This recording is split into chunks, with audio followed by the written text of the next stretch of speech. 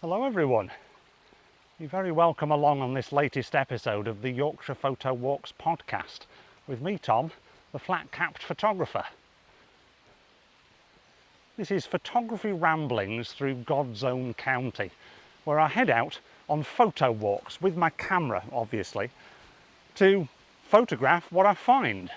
It's completely unplanned and unscripted, so you never know, even I don't know what I'm going to photograph today. I think that's what makes it a little bit exciting. Along the way, I'll explain how and why I make the photographs I photograph, with a view to helping you to improve your camera skills and maybe diversify your photography a little bit as well. You never know, I might even entertain you along the way. Stranger things have happened. Anyway, this is a very special episode of the Yorkshire Photo Walks podcast today. Regular listeners will probably be thinking, is that because it's the first one you've recorded in about 3 months, Tom? No, it isn't, although that probably does make it a little bit special. I have had a lot on recently and it does feel very good to be back out and about with the camera again. But no, the reason that this episode in particular is so special is because for the first time in Yorkshire Photo Walks podcast history, I'm actually filming the podcast as well as recording it. So if you're sick of listening to me rabbit on, you can log on to the Yorkshire Photo Walks YouTube channel and watch me rabbit on as well. So along the way you'll be able to see the photographs that I take and a bit of background footage to the photo walks that I do in real time. It's all very exciting really, so I'm eager to get going and follow my nose and follow my camera to see what I can find to photograph today.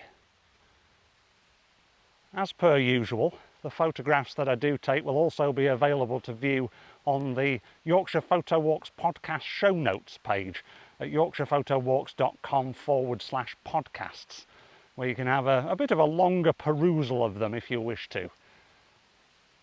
I suppose the beauty of us now being on YouTube, it means that you can now critique my photographs in real time as well. So maybe I shouldn't say this, but please feel free to share your comments in the section below and let me know what you think. As I say, that might be very dangerous indeed. Anyway, the reason that I've decided to film these podcasts as well as just record them is A, so you can see a bit of background about where I am, but also I think there might be a little gap in the market. When I've watched other photography-based podcasts on YouTube and other video podcast platforms, it tends to be a group of blokes, at least one of them has to have the obligatory facial hair, sitting around a desk either talking about gear or interviewing other photographers. And I'm not saying that that's a bad thing, everything has its place, but I thought there might be a gap in the market for a clean-shaven, flat-capped northerner to actually go out and take some photographs and explain what he's doing whilst he's doing it. So I suppose I ought to give you a little bit of background about where I'm photo walking today. I'm back in my spiritual home of the Yorkshire Dales. Again, regular listeners to the podcast will know that I'm rather fond of this area of the country. I'm heading up this little river valley towards a limestone craggy valley called Trollers Gill. Excuse me whilst I duck under these overgrowing alder trees. If you're watching on YouTube, I'll try not to headbutt you as I duck down. I have been to Trollers Gill a few times before, mainly for walking purposes really, rather than photography purposes. But when I have gone there with my camera in the past, I've always struggled to get an interesting photograph. So I thought I'd return today, always on the lookout for a challenge when I'm recording these podcasts, and see if I can actually find a composition that works for me. And not only just going for that one composition that works in general, also looking around and seeing what I can find to photograph that catches my attention along the way. I think when you go to these grand locations, you might have seen photographs on Instagram or Flickr or wherever you source your photography inspiration, and you might think, oh, that's the photograph that I want to get. But I think doing things like this and just coming out without a plan really does help you to knuckle down and look a little bit more and observe the landscape around you more. And if you're not going for that one shot, then other things will crop up that you thought, oh, I never thought I'd photograph that, but actually it works quite well. So that's exactly what I intend to do today. Just have a good look round and hopefully take one or two interesting pictures.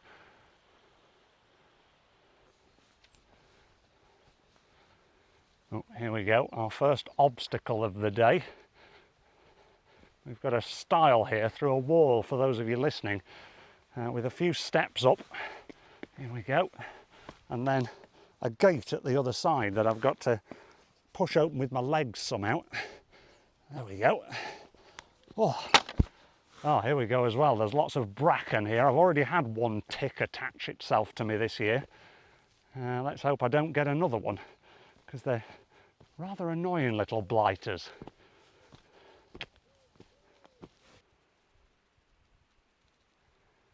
Now, usually when I'm recording these podcasts, the weather is, let's say, questionable.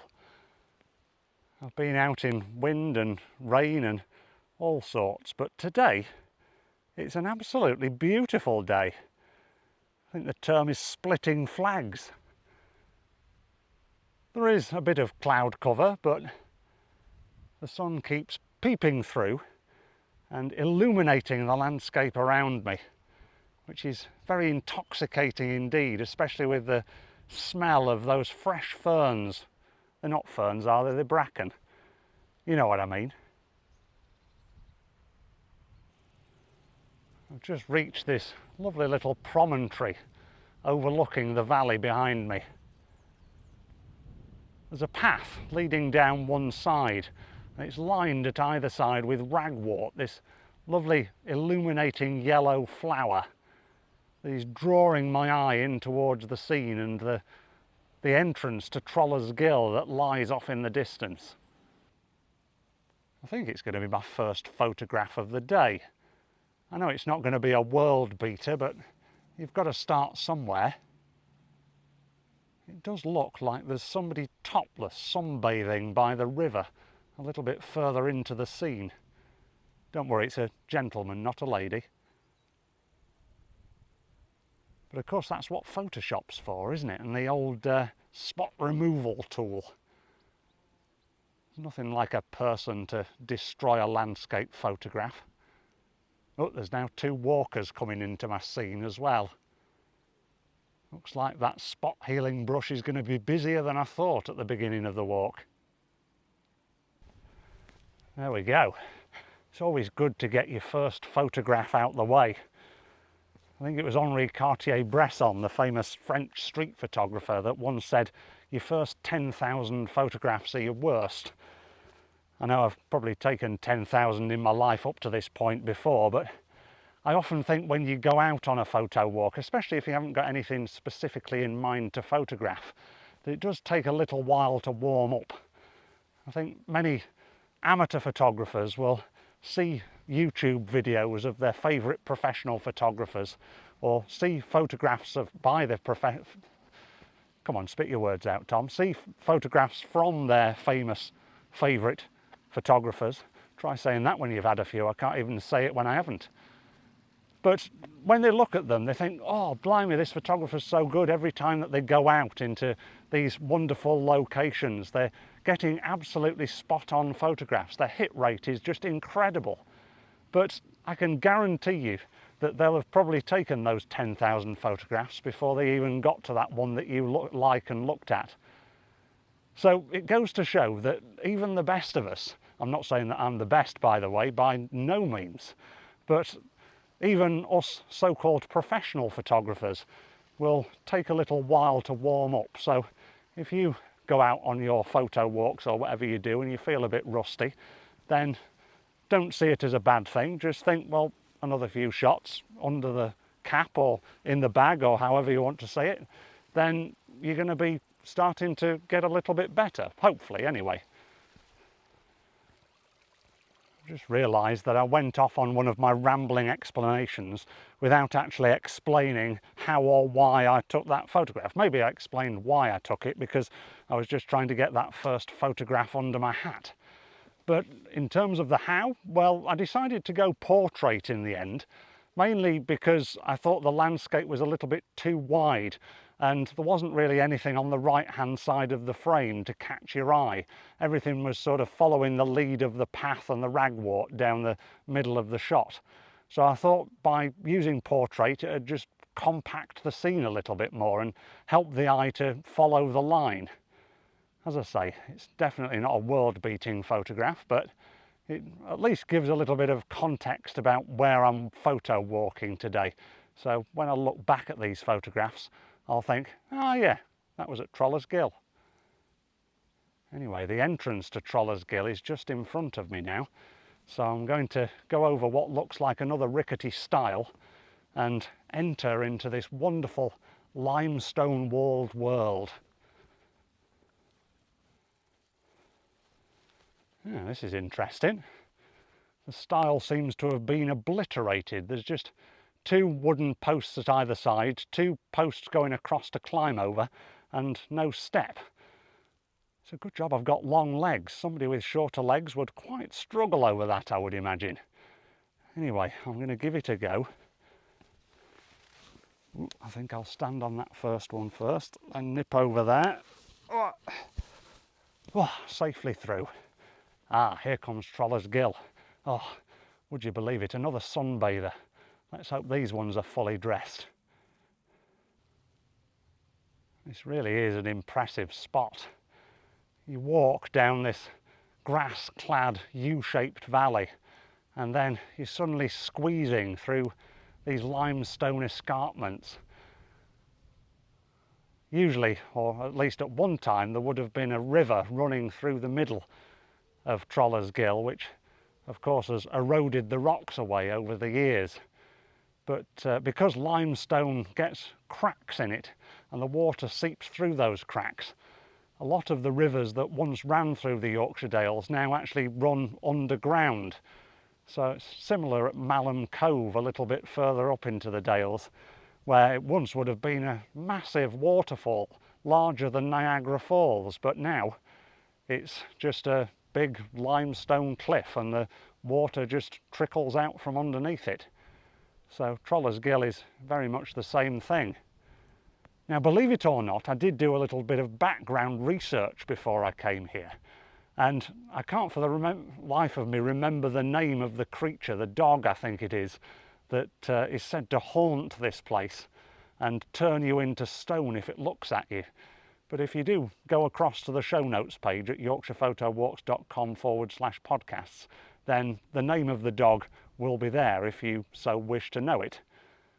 But of course this is a photography podcast, so let's turn our attention to what we can do with this landscape with our cameras. I'm going to wander a little bit further up into the gorge and see what I can find. I know that there's a photograph that everybody takes of the tree that's in front of me at the moment, framed by the gorge itself. I would usually say I'd try and shy away from getting photographs that everybody else has got, but again, as I'm trying to make my way through the photo walk today by getting better and better with each shot that I take, then maybe I should take it just to get it out my system.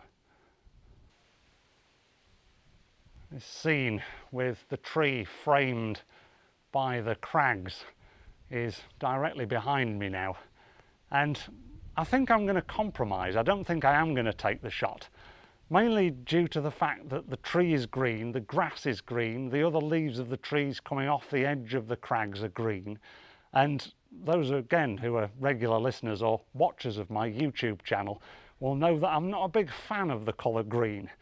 And I just think because the tree is so lost in amongst all of that green colour, then it doesn't really stand out as a focal point. So it looks like the crags are just framing a green mess, basically. So I'm going to keep walking and see what else catches my eye, because I have a feeling as these rocks start to enclose around us, the less green it's going to get, and that's very good from my perspective.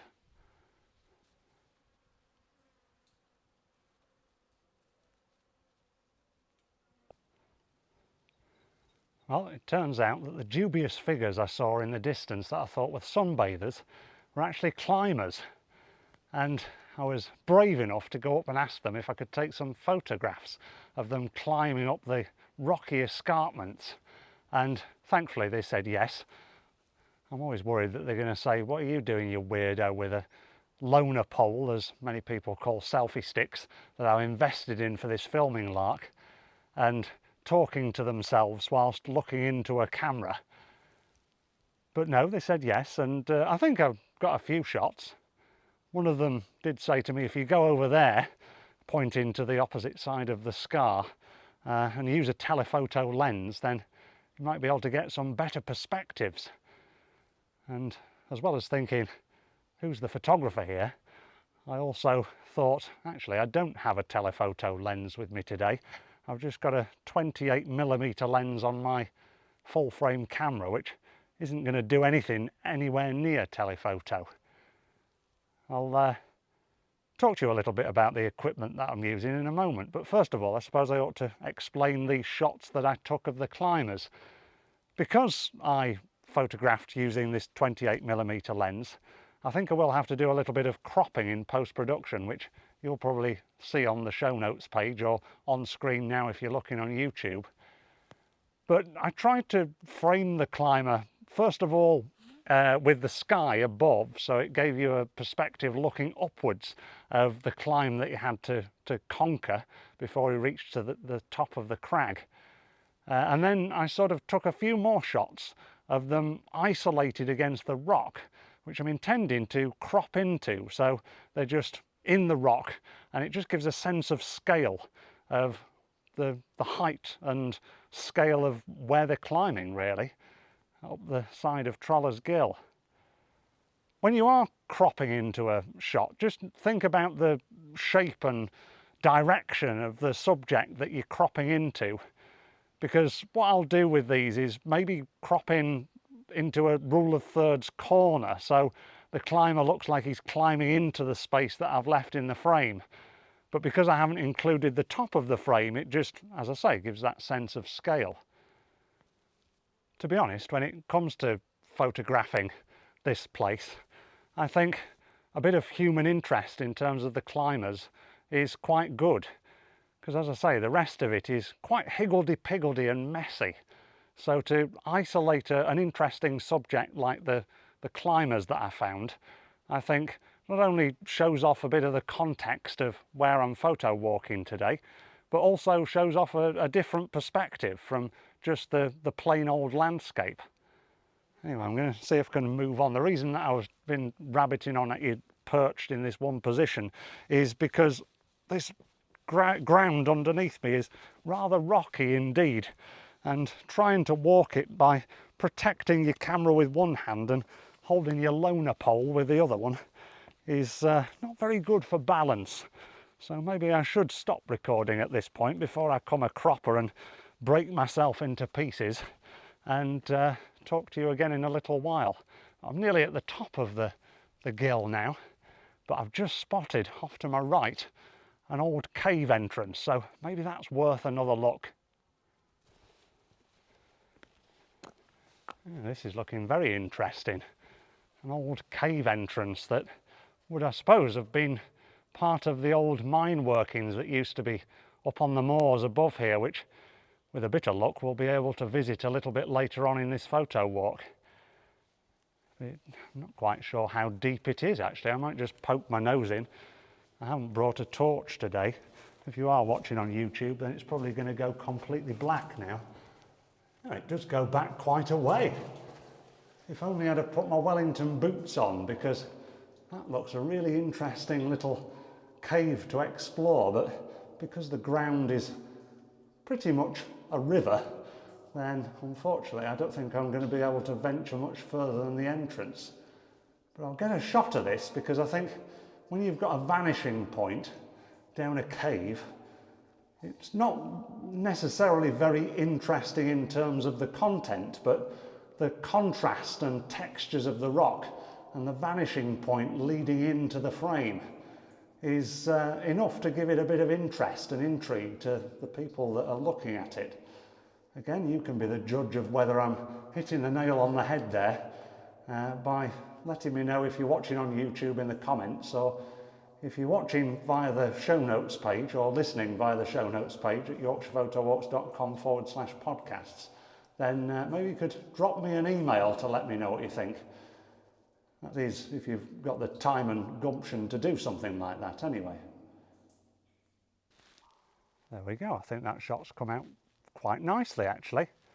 I do like those vanishing point shots that create that intrigue. And when you've got a cave, well, you might as well just photograph it. I know a lot of people tend to ask about settings in these sorts of situations, because of course we're going from this bright sunny day outside the cave to, well, pretty much near darkness as you venture into the cave. So obviously your camera settings are going to have to change quite dramatically. So for that last cave shot, I opened my aperture as wide as it would go to f2.8 and increased my ISO to about, I think it was 1600, which is okay with my camera. It doesn't usually create that much amount of noise at that level. And I managed to hand hold the shot at 60th of a second, which with a 28mm lens isn't that difficult, to be honest. There's a rule of thumb when it comes to working out how much camera shake you're potentially going to get from a shot by working out your lens's focal length. So I've got 28mm on my camera here, and then changing that into a fraction of a second to get your shutter speed. So that would be 28th of a second. So to all intents and purposes, I'd be able to hand hold this lens on this camera at 28th of a second, which is quite useful actually. So 60th wasn't any issue at all.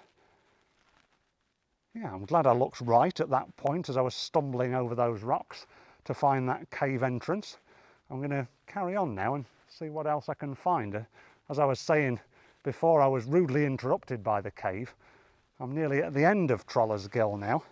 I think I might just take one more shot, just a landscape shot to prove that I've been here, before venturing over another rickety stile at the top end of the gill and venturing out onto the moors beyond.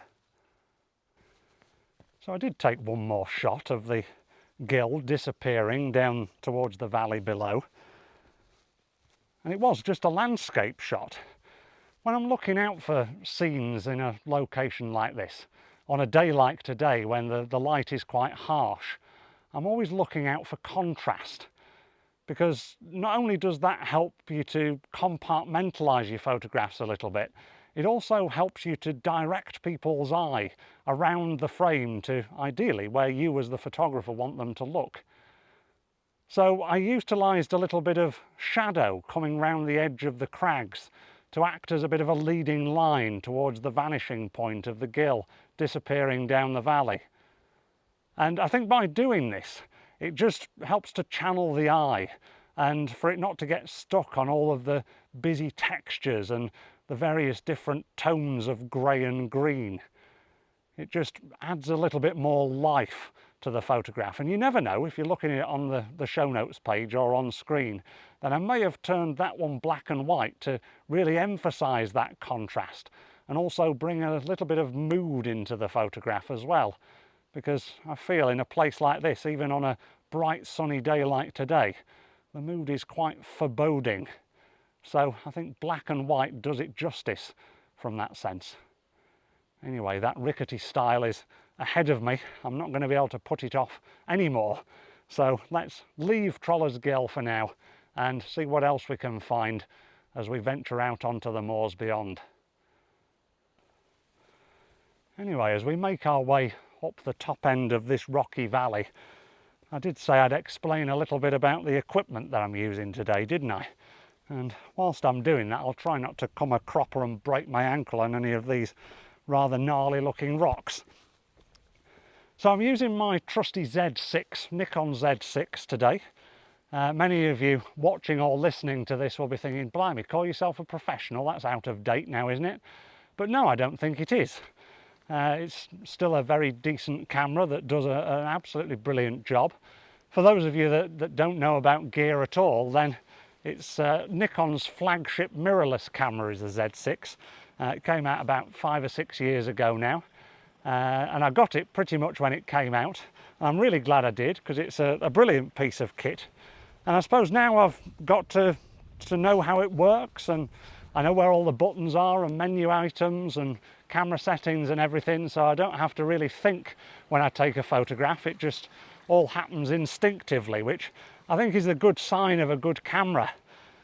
I think the media companies and advertising can tempt you into buying all the latest gear, and then you realise that you do have no idea, because they've changed the position of all the buttons and all the menu items. It's almost like you're having to learn a completely new system. So I think there's a lot to be said about keeping hold of a camera, even though other ones may have been brought out with higher specs and more megapixels and more focus points or tracking cats or whatever it is that you want to do with them. But ultimately, if you've got a camera that does what you want it to do, like as I say, my trusty Z6, then there's not really much point in changing, because at the end of the day, if you're just going to be looking at your photographs on an iPad or phone screen, or even on a computer screen, and not printing them up to sort of A3 size, then you're not going to need these 40 plus megapixel cameras, because ultimately you're not going to see any difference in your photographs, because the devices that we look at our photographs on these days don't show that amount of megapixels. So I'm sorry, I'm going off on a bit of a technophobic rant here, but I suppose that's what this podcast is here for me to just talk about photography and share my views with you. It doesn't mean that you have to agree, and I'm sure many of you won't do in the comments if you're watching on YouTube. But feel free to let me know what you think. I'm not going to say that I'll agree with you if you have a different opinion, but that's a stubborn Yorkshireman for you. Now, which way's the best way to go here? Muddy puddle or rocks? I think I'll choose rocks. May turn out to be the wrong decision, but it was nice knowing you. Anyway, I also mentioned that I'm using this 28mm prime lens, which with its aperture at its widest is f2.8, and it's a really nice lens. It gives nice quality photographs, and as I say, with prime lenses you have the ability to crop in a bit more as well. So if you want a little tighter composition than it allows, then sometimes I will crop in a little bit, like I was doing with the climbers that I was witnessing earlier on. Oh, I've only just noticed this, but we've suddenly got a river. Before it was dry, now it's running quite readily. We have had quite a bit of rain recently. Don't let this sunshine fool you. Anyway, having just gone off on a rant about old versus new cameras, I'll save my rant about why prime lenses are better than zoom lenses for another day, or in fact, if you want to listen to it, then listen to any of the other previous podcasts by Yorkshire Photo Walks, because I'm sure I mention it many times on those anyway. So yes, my 28mm prime lens is probably what I'll use for the duration of the photo walk today. I've got no intention of changing it. I think sometimes limiting yourself to a fixed focal length, or using the same focal length for a longer period of time, also goes a long way to helping you to observe a little bit more and get used to just looking around rather than having that compromise of zooming in. You might think, what on earth's he on about? Surely zooming in's far much easier. But I think if you train yourself to use that fixed focal length, then you'll realise that actually this is a much more refreshing way to approach photography. I know the majority of you listening to this will stick to your zoom lenses and will ignore everything I've just said there, but at least I've got my voice out there.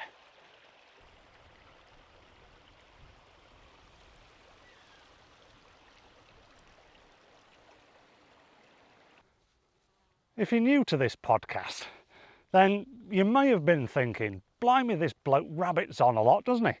Why doesn't he shut up and take some photographs like he said he was going to? And I think this is one of the points where I am actually going to take some photographs, but I'm sorry, I'm not going to shut up, because the whole point of a podcast is I talk to you. But anyway, I've found this decaying what looks like a barn. It might have been one of the old mine buildings as we start to make our way up onto the moor behind me.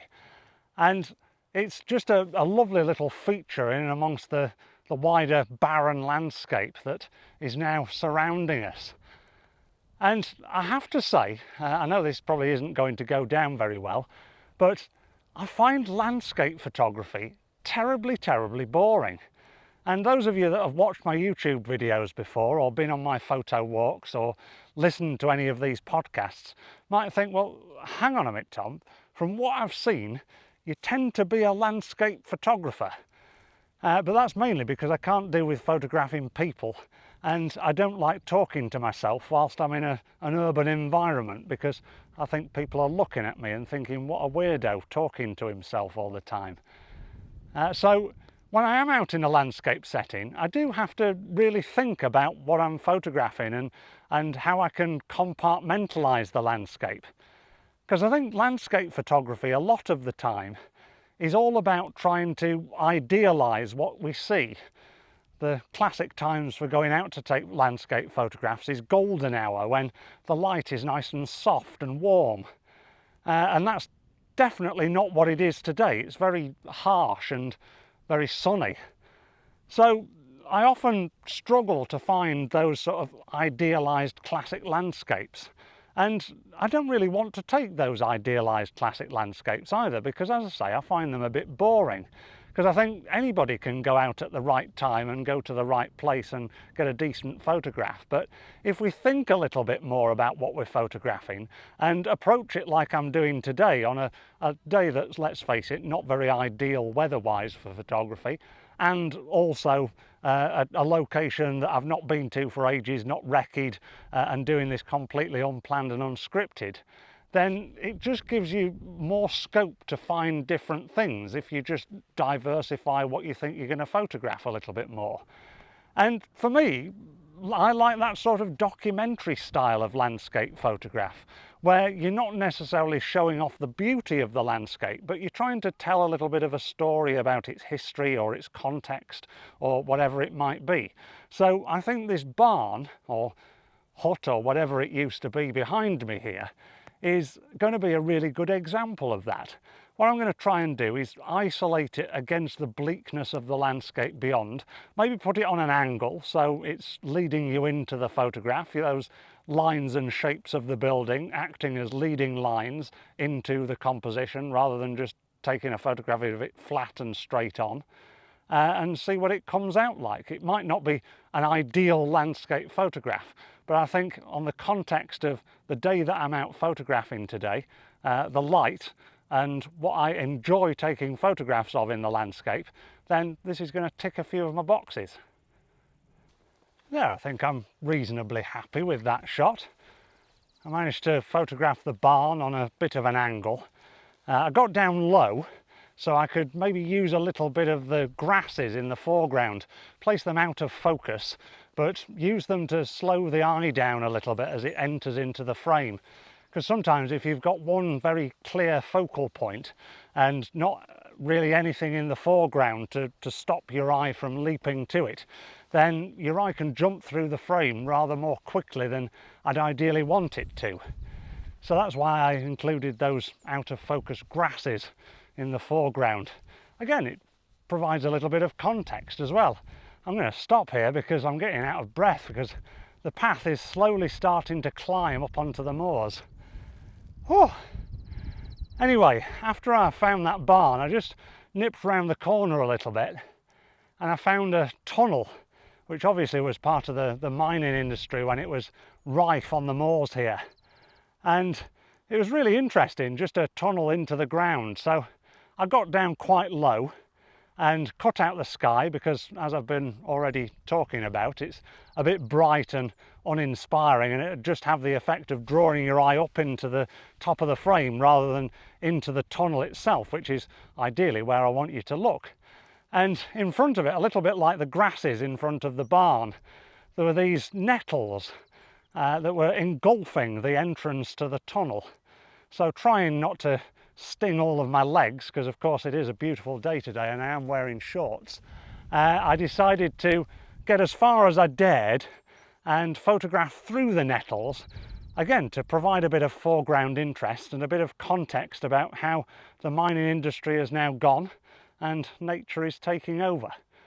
So I suppose I do like landscape photography, but as I say, more documentary landscape photography rather than that classic chocolate boxy view type landscape photography. I know there's a time and place for that, but you probably won't find me doing much of it. Anyway, let's carry on up this moorland track and see if there's any more interesting ruins that we can contextualise and make a bit of interest out of this landscape with. As we head further and further onto the moor, it's getting more and more bleak with every step, and arguably less and less photogenic, just surrounded by green and brown grasses, thistles, the odd sheep and a few rocks strewn across the fields around. And it's okay not to take photographs, I suppose, is the point that I want to make here. I think when you're out and about on a photo walk, you think, oh, I've got my camera with me, I'm here to take photographs, so that's exactly what I should be doing. And when the photographs sort of dry up and you come to a little bit of the section of the walk like this, where you think, actually, I'm not being inspired at all, then don't worry, because another photograph will be along in the not too distant future. Just relax into the walk and enjoy the surroundings, which is exactly what I'm doing now. Beautiful. Oh, it's not often in Yorkshire you get so hot that your hands get so sweaty you can't even open a gate. Sorry to share that image with you. We're now at the highest point in the walk. And I know what you're thinking. You're thinking, Tom, it's still looking pretty bleak. But yes, it is, but I've also found something to photograph, because all around me at the edges of this track that we're now walking along are these lovely little tufted grasses. I think if I get down on a nice low angle and photograph them against the blue sky and the sunlight behind, might create a little ethereal nature to my photograph. It's also going to give me the opportunity to have a sit down and eat my lunch, because after rambling on for so long, I must admit I'm feeling rather peckish. So I'll take that photograph and in a moment I'll share it with you, and hopefully by then I'll be nice and replenished and ready to crack on with the rest of today's photo walk. That was a lovely little spot for lunch. And another seamless edit into the continuation of the podcast. Although those of you watching on YouTube will probably be able to see that there's not much continuity there, as I'm besmirched with the remains of what was a rather juicy tangerine. I did manage to take a photograph of those grasses, which you'll probably be able to see now, whether you're watching on YouTube or looking at it on the show notes page. And I know what many of you will be thinking looking at it. You'll be thinking, Tom, you could have taken that absolutely anywhere. You don't necessarily have to head out on a walk in the Yorkshire Dales. You could have just gone into your garden and taken some grasses in the sunshine on a nice warm day. And granted, yes, I could. But when I'm doing these photo walks, I very rarely see my photographs as just one-off pictures. I like to see them as a bit of a continuation of a journey. I know that might sound a little bit arty-farty, but if you do look at the photographs on the show notes page, try and look at them as a series or a sequence of photographs rather than just one-off pictures, because then hopefully you'll be able to see that there isn't really a narrative there necessarily, because again, that sounds a bit arty-farty, but there's hopefully some continuity there between them, where you can see that they've been taken on the same day because the lighting's similar and the landscapes that I'm photographing are similar. And of course, they're all lumped together in the same gallery, which is a bit of a clue. So rather than being those one-off shots that people tend to look for when they're out and about with their camera, I think sometimes seeing photographs as a progression and, again, not a narrative, but a way of documenting a walk is quite a a novel and useful way to go about taking photographs, because instead of, as I said right at the beginning of the podcast, looking for that one all-important perfect shot to take away from one session, you go away with lots of little shots that sort of formulate this documentation of where you've been and what you've seen. I'd like to think it goes a little bit further than just pointing and shooting holiday snaps or just random snapshots. As hopefully has come across in this podcast, I've been putting a bit more thought into it than that. So hopefully that comes across as well when you're looking at the pictures. I haven't seen them yet because they're still in my camera, so only you can be the judge of that.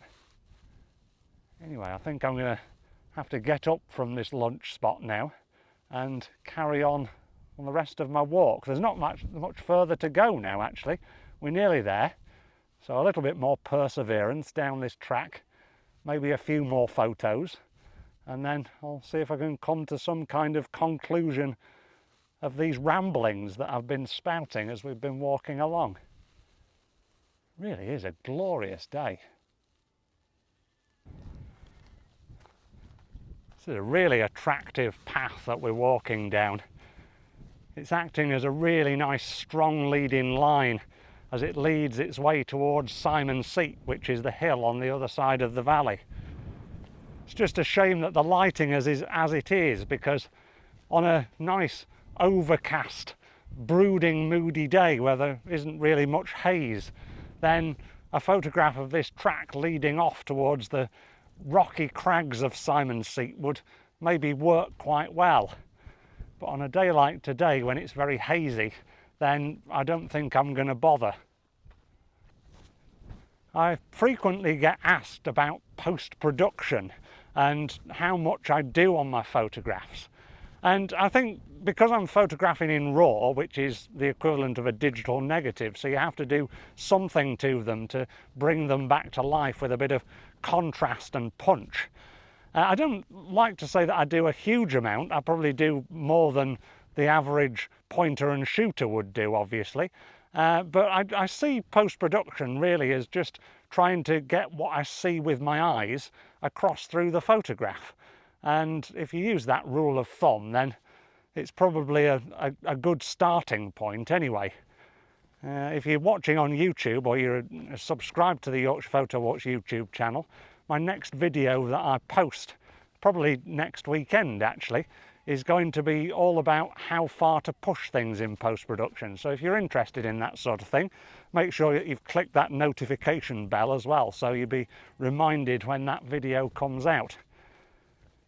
Anyway, this is probably a long and rambling way of getting to saying about trying to correct haze in your photographs. Because although I didn't take that photograph of Simon's Seat with the leading line of the track, one way that you can get rid of haze in your photographs is through the dehaze slider, which I suppose is pretty obvious really, isn't it? I'm teaching you to suck eggs, or your grandmother to suck eggs. What is the phrase? I never remember it. Anyway, the other way that you can do it is if you slightly darken the blue channels. So if you go into your colour editor on your post-production software and darken the blue and cyan channels, then that often has the effect of dehazing your photograph even more than the dehaze slider and bringing a bit more life back into it. Obviously, if there's too much haze, like there was when Simon's Seat and the track, then it's probably not even worth giving it a go. But if you have got photographs with a little bit of haze in anyway, then that might be a good way forward. Having probably just talked for the last 3 minutes about not taking a photograph, I've just come to a point now where I actually might take the photograph, because suddenly the landscape behind has not only got the strong lead of the track, which has got a little bit of a kink to it as well to slow the eye down as it goes through, but it's also framed by this old gate post, or two gate posts, stone, at either side of the track. So at least that gives a little bit of a focal point really in the fore to mid ground.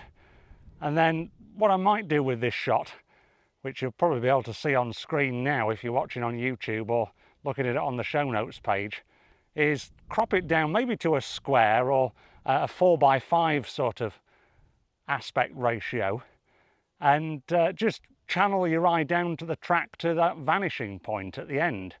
I'm always a sucker for a vanishing track, and I think this one works quite nicely.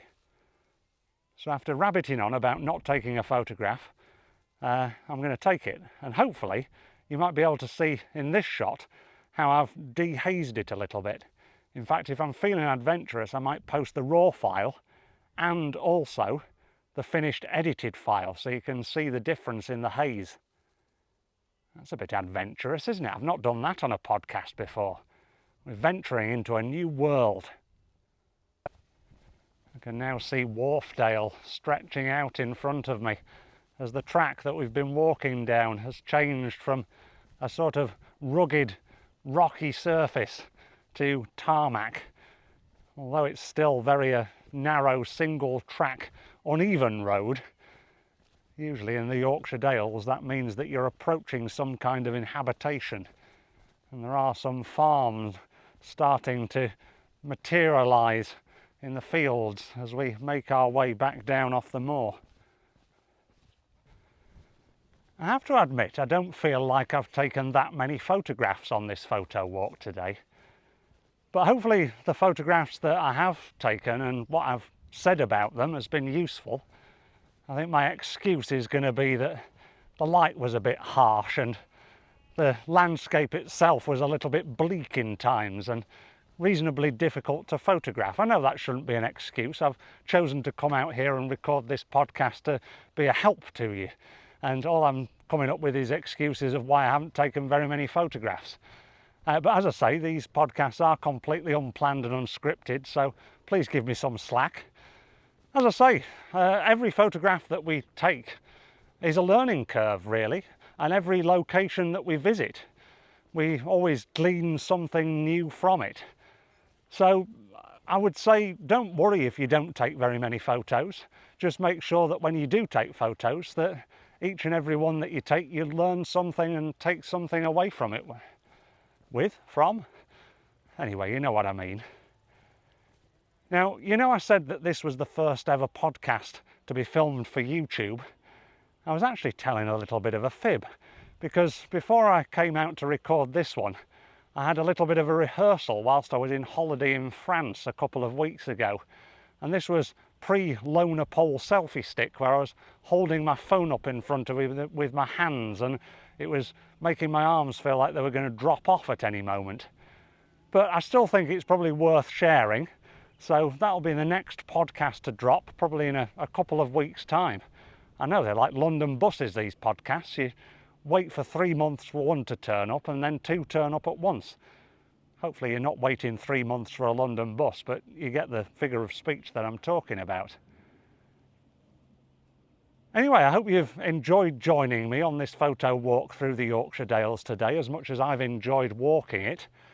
If you have, then if you're watching on YouTube, then please click that like button and subscribe to the Yorkshire Photo Walks YouTube channel if you haven't done so already, where the subsequent episodes of this podcast will be posted when they come out. And also don't forget to check out the show notes page at yorkshirephotowalks.com/podcasts, where you can not only listen to the podcast, and there's a link there to the YouTube channel as well, but you can also peruse the photographs that I did manage to take on this photo walk today in a little bit more detail. And as I say, see them as that series rather than just one-off photographs on the screen. Well, if I've got my bearings right, this tree-lined tarmac road is going to lead me back to where I parked my car. So I suppose I ought to sign off here. I just want to remind you that this podcast is brought to you by Yorkshire Photo Walks.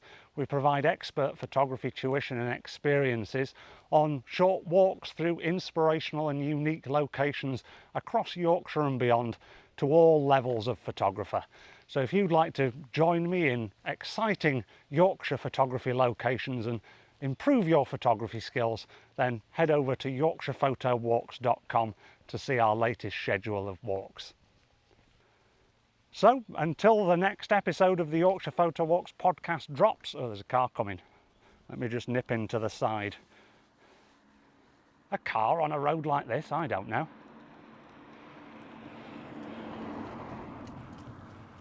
So until the next podcast drops or the next YouTube video comes out, then thank you very much for watching. I look forward to catching you again soon. But until then, it's bye for now.